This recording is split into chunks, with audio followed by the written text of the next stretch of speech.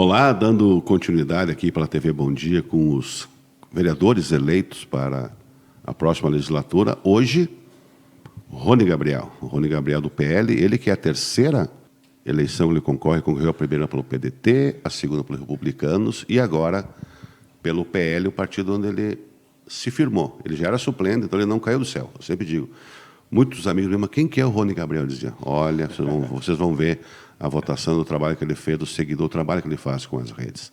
Que nada vem de graça, eu sempre digo. Rony, segundo mais votado, Erechim, parabéns pela tua votação aí. E um grande desafio também pela frente, né? Bom dia, Finardi. Bom dia, pessoal da TV Bom Dia, pessoal que está nos assistindo. É um grande desafio, né? Até pela conjuntura que ficou a Câmara de Vereadores, né? Eu na oposição. A gente sabe que é um desafio muito grande, mas é um desafio que eu me propus, né? Eu me coloquei à disposição e eu quero representar da melhor forma aí o povo erechinense.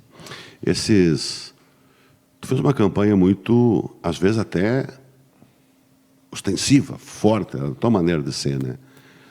E esses votos teus, tu achou que veio de qual espectro? Só da direita ou tu teve uma fatia que tu acha que também te ajudou?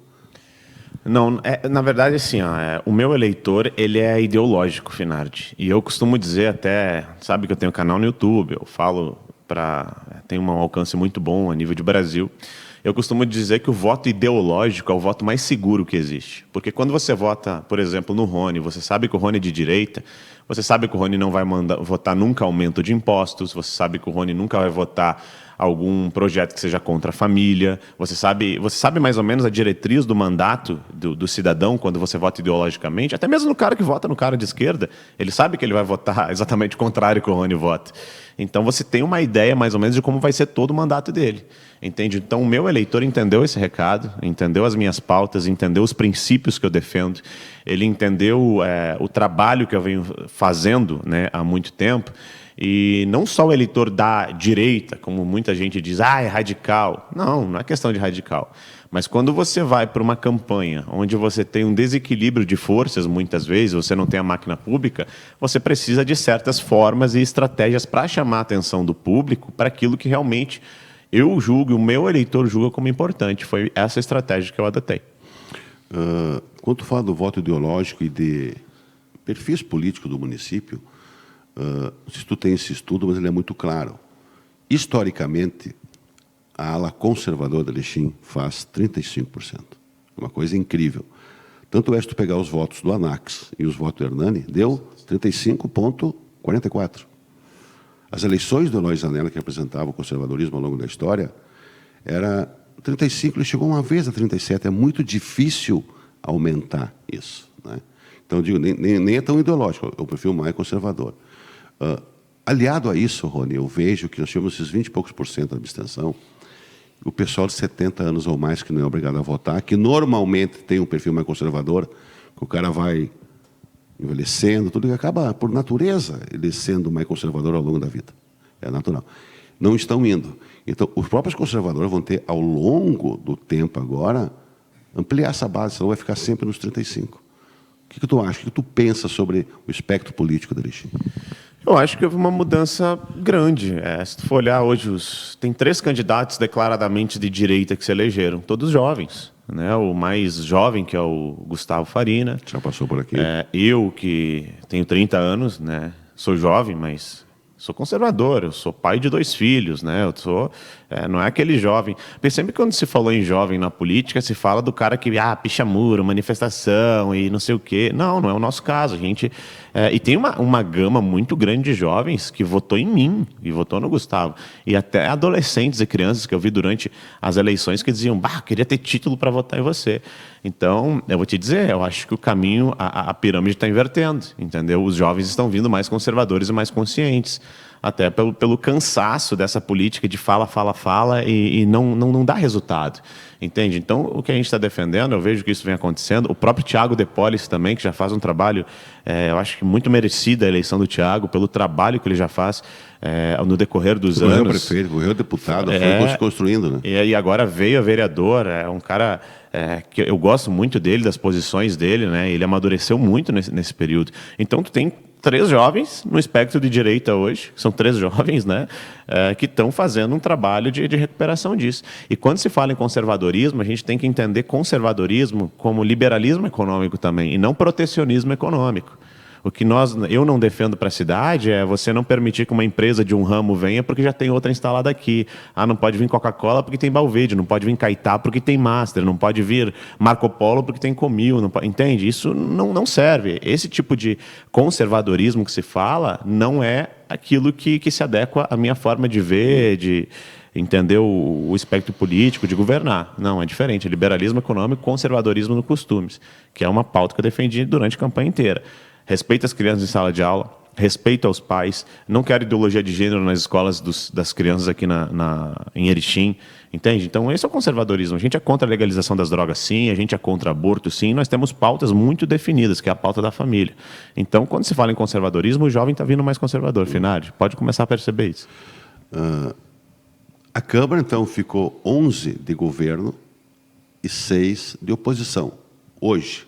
Isso pode ajustar ao longo do mandato, né?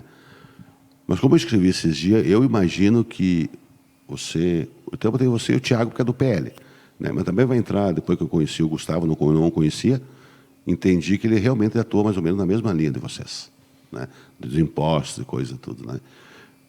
Vão fazer barulho no Legislativo? Barulho por barulho não resolve nada, tá, Finardi? Mas eu digo barulho em cima de pautas. Pautas, né? com certeza.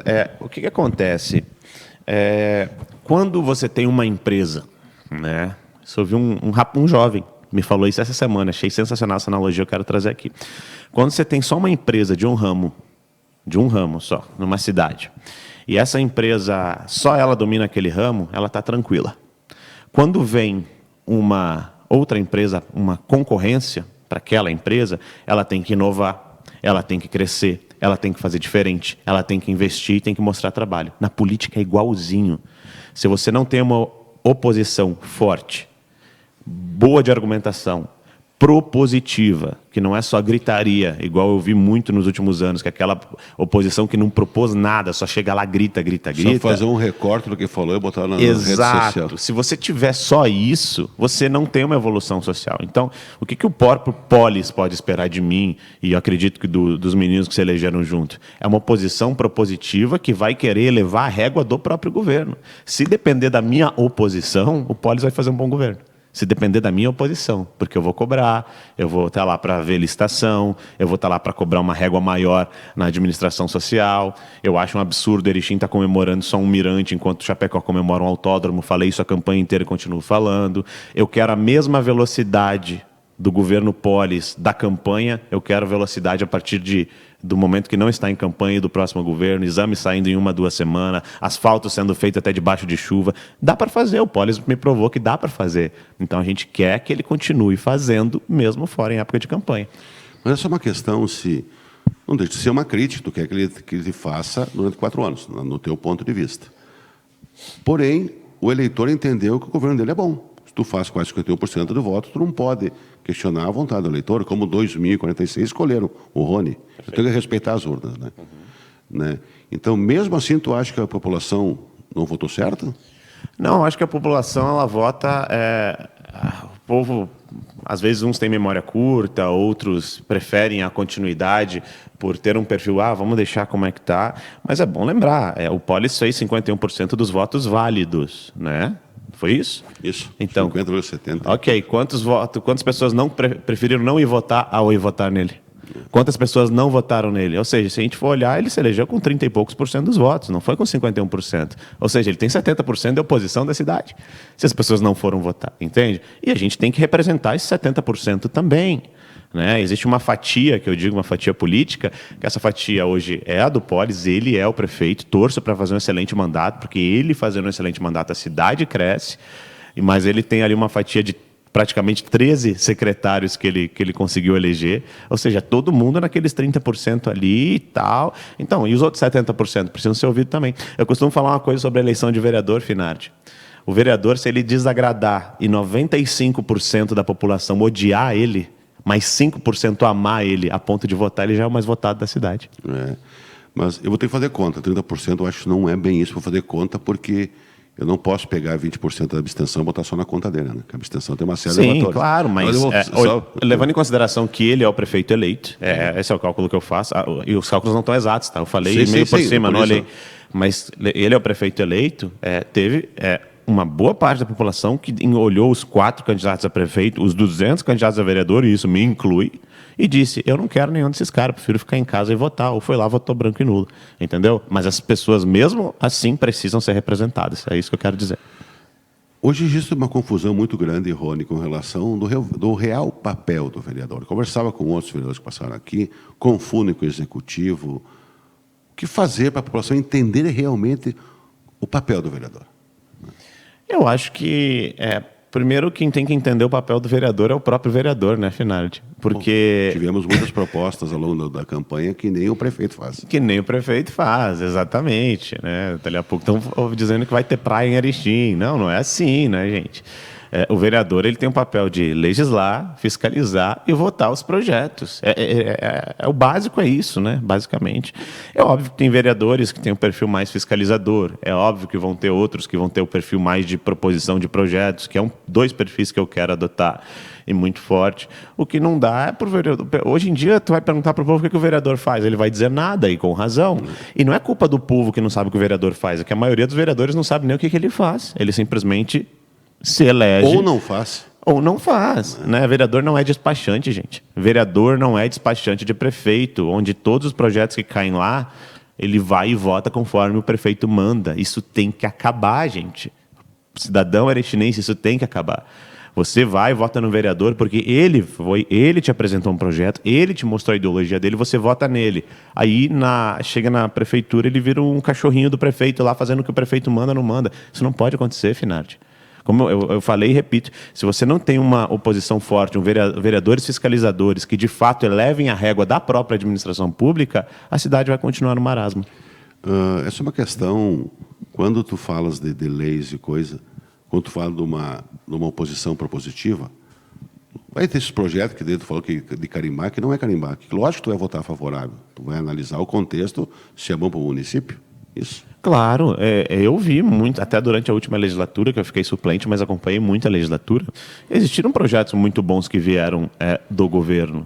Inclusive, eu fui muito criticado à época, mas eu não tenho problema em dizer isso, eu fiz parte durante 10 meses do governo Polis, e, por exemplo, todo o esboço da lei do MIT, da incubadora tecnológica, fui eu que fiz e entreguei pronto para o secretário, antes de eu pedir demissão.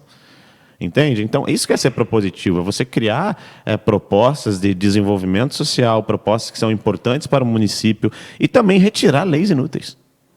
Tem leis inúteis que atrapalham o nosso empreendedor, Finardi, que atrapalham o crescimento da cidade. Essas leis também precisam ser retiradas. Isso vai ser feito pelo nosso gabinete, por mim, uma análise minuciosa. Tem as leis dúbias que legislam na mesma atuação, com entendimentos distintos. Isso é difícil fazer. Mas isso tem muita lei que não pega e não põe em prática. Não põe em prática. Igual teve uma lei que eu sou um crítico dela, não por ser uma lei, eu acho que ela é importante, mas em certos locais. Tu não pode fazer lei copia e cola.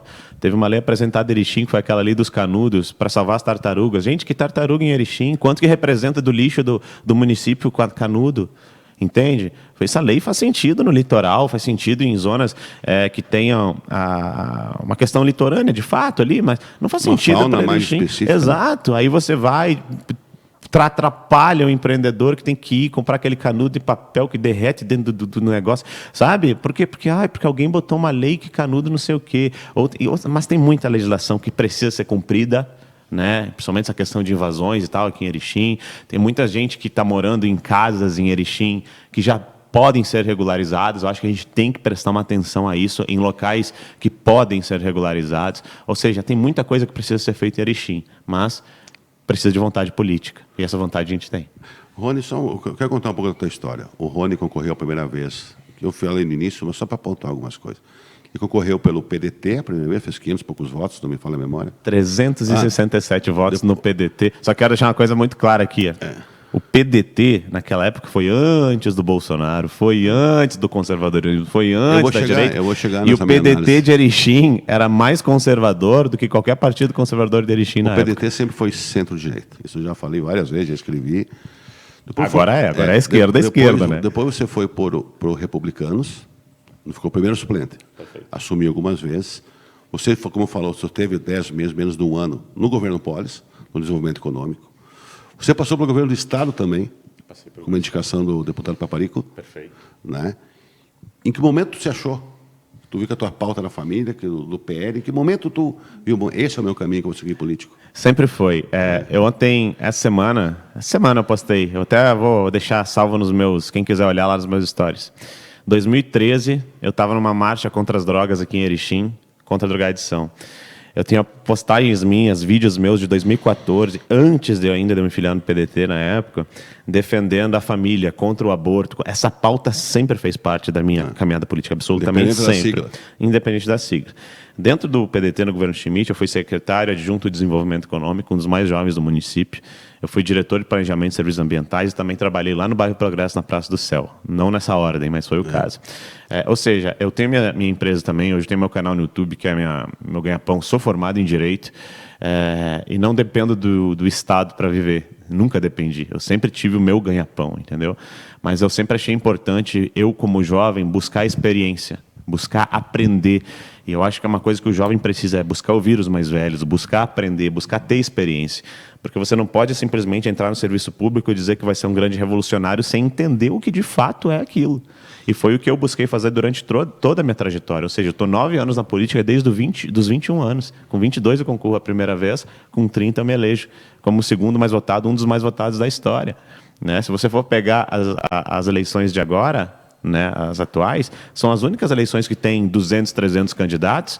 E olha a votação que a Eccleston fez, por exemplo, é a votação que eu fiz. Né? Só que eu, sem a máquina pública, eu, sem nunca ter sido vereador, entende? Sem padrinho político forte aqui na cidade.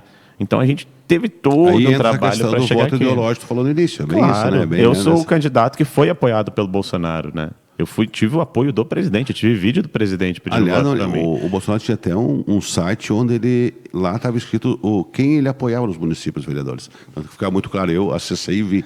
Então, não é da boca para fora, eu vi isso, né? Mas, Rony, uma coisa que eu acho que todo mundo quer saber, tu vai ser vereador agora. Aqui 2 anos tem eleição para deputado. Tu é presidente de uma juventude... Eu nunca lembro aquele nome. Sou presidente do Direito RS. Eu só acho que é só jovem, mas tem gente mais velha lá também. Não, eu estou dizendo assim, voos maiores, tu pensa ali para frente, para teu nome, para quem sabe um dia concorrer a prefeito, deputado, como é que tu pensa a tua carreira política? Ou que tu quer vereador de profissão? Não. Hoje a minha intenção é fazer um mandato de vereador. Só que o que baliza o crescimento de qualquer pessoa em qualquer área é o trabalho que ela faz. Né? Então, para mim, todo político tem que sonhar mais alto, porque isso significa que ele vai fazer um bom trabalho, um trabalho para crescer, um trabalho para desenvolver não só o próprio mandato, mas também a cidade ou o meio que ele está atuando. Né? Eu tenho redes sociais que alcançam a nível de Brasil hoje, participo de vários programas a nível de Brasil, que é a Mais Brasil, Fator Político, a Rádio Santos, enfim, diversos, o F5.